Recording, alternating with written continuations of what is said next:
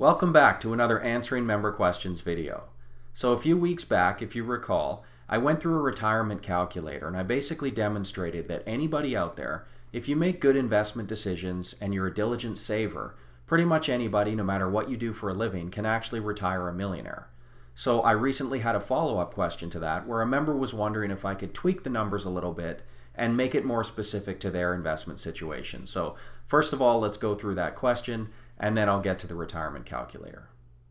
So just a reminder, you don't have to be a paying client of mine to get your questions answered. So if you've got anything on your mind, go ahead and email me. It's volatilitytradingstrategies@hotmail.com. So the question is, you showed an example of 25,000 turning into $1 million over a 30-year period, but I only have about half that time. What can I realistically turn 100,000 into in 15 years? So this is a great question because of course everybody's going to have a different time horizon.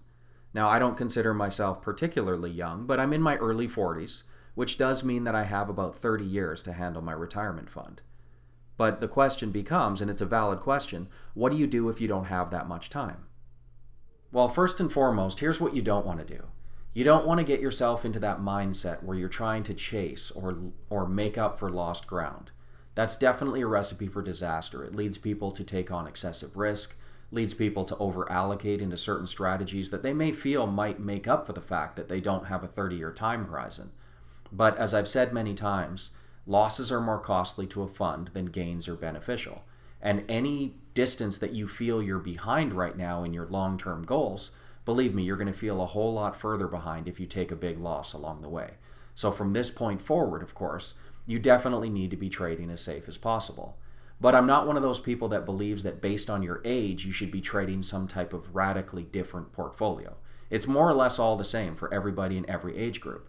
There is no risky for 25 or 30-year-olds and then very safe for 60 or 70-year-olds. It's all the same. Everybody should be trading the safest, most conservative portfolio that you can find. Whatever your situation is, that's the portfolio that you should be in. And the financial industry has given everybody this idea or this impression that somehow low returns are safe and higher returns are associated with risk. And of course, this is completely false. Risk is quantifiable. We can actually measure it. So instead of looking at things like annualized returns and saying that a safe portfolio can only make 4 or 5% a year and a risky portfolio might make 15, but it's going to be dangerous, instead of thinking that way, which of course is completely false, you should be focusing on risk-adjusted metrics. Try to find a high Sharpe ratio, a high Ulcer index, a very low maximum drawdown, low correlations to the S&P 500. These are the things that I've been talking about, pretty consistently over time. They all apply to you just like they're going to apply to a 25 or 30-year-old. Everybody's in the same situation. Focus on risk management, preservation of capital, and try to find the highest risk-adjusted return that you can get. So in order to illustrate this, I want to open up a spreadsheet and we'll go through an example.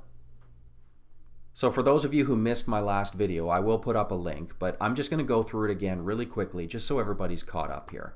So this is my basic retirement fund calculator. You've probably seen this before, but I'm just going to go through the numbers. So I started with a conservative 25,000. I was assuming that the person's going to be about 40 years old or so, and maybe that you could start with that amount of money. Annual or monthly additions of $1,000 a month. I feel like that's quite realistic. Most people should target that. And again, savings are going to be a huge factor in your long-term retirement fund. Annualized returns, I'm going to use 7%. Quite a conservative number, but of course it does require some good investment decisions because as we know, the majority of the financial industry and fund managers, financial advisors, they're not even going to make 7%. They're probably closer to 4 or 5. So you do have to make a few good decisions to get that 7. Monthly subscription, I'm just going to use $80 a month because that's what I charge. Capital gains, we were assuming in that example that you're not going to be paying any taxes. It's going to be in a retirement fund or a tax sheltered account. And then for wage growth and inflation, I wanted to make the real rate basically 0 because in the last 5 years, that's basically what we've seen. So the conclusion that I reached in that video, let me just scroll down here. And as you'll see, after 30 years, you will have over $1 million. So this is why I said that pretty much everybody, regardless of what you do for a living, everybody can retire a millionaire. But we don't have 30 years. We've only got 15. So I'm going to scroll back up to 15 and see where we're at with that example. All of the input variables will stay the same, but now we're looking at $327,000.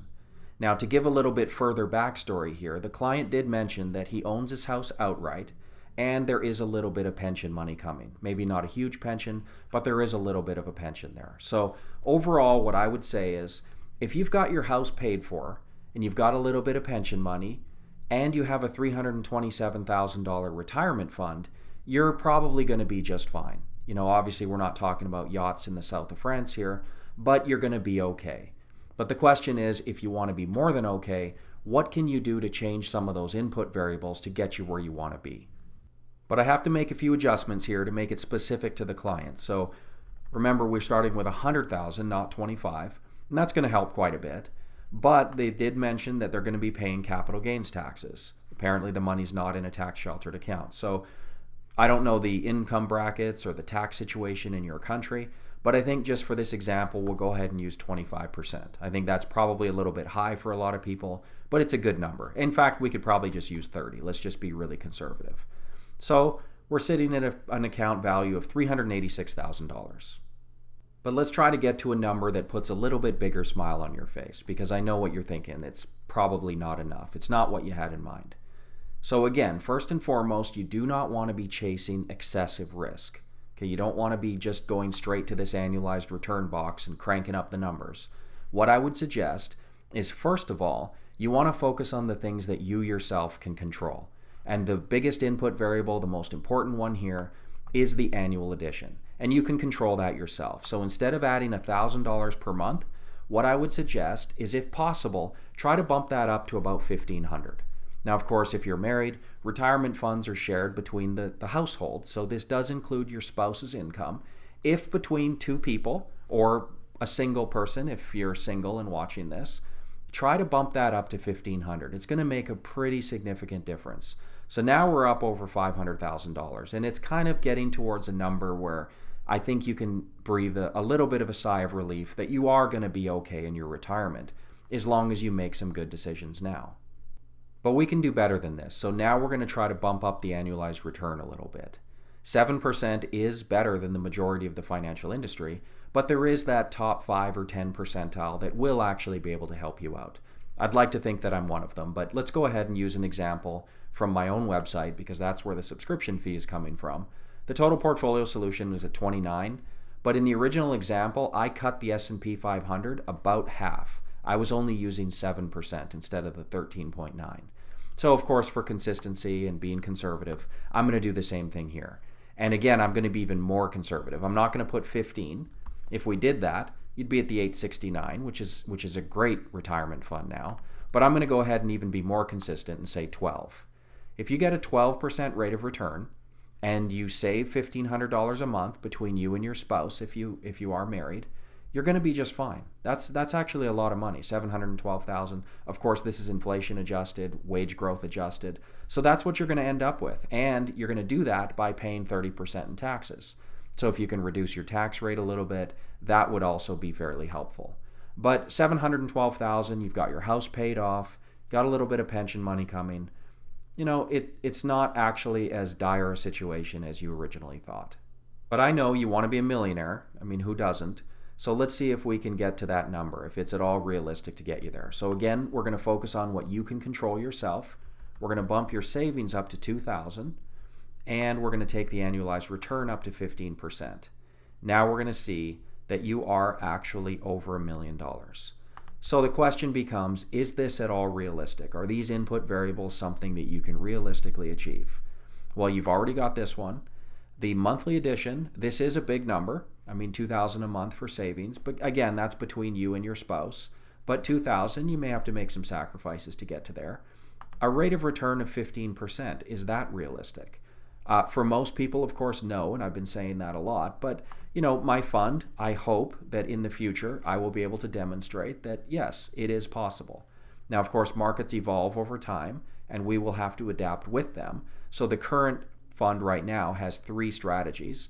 There may be 4 or 5 in the future, and the way that these ones change might be different as well. But the long-term goal is in that 15% annualized range. Of course, with minimized drawdowns, with very high risk-adjusted metrics, but that is the goal of my fund. Now, I'm very pleased that we're well ahead of schedule right now, but yes, it is very realistic to get a 15% annual rate of return over the next 15 years. I'm going to be getting that for my own retirement fund over the next 30. You have 15 years to do that, and yes, it is realistic. So again, most importantly, don't get overly aggressive. Don't go out there chasing high returns. You don't need to do that. You've got plenty of time. You've got a good plan ahead of you, and you can achieve your goals. I look at it as a partnership.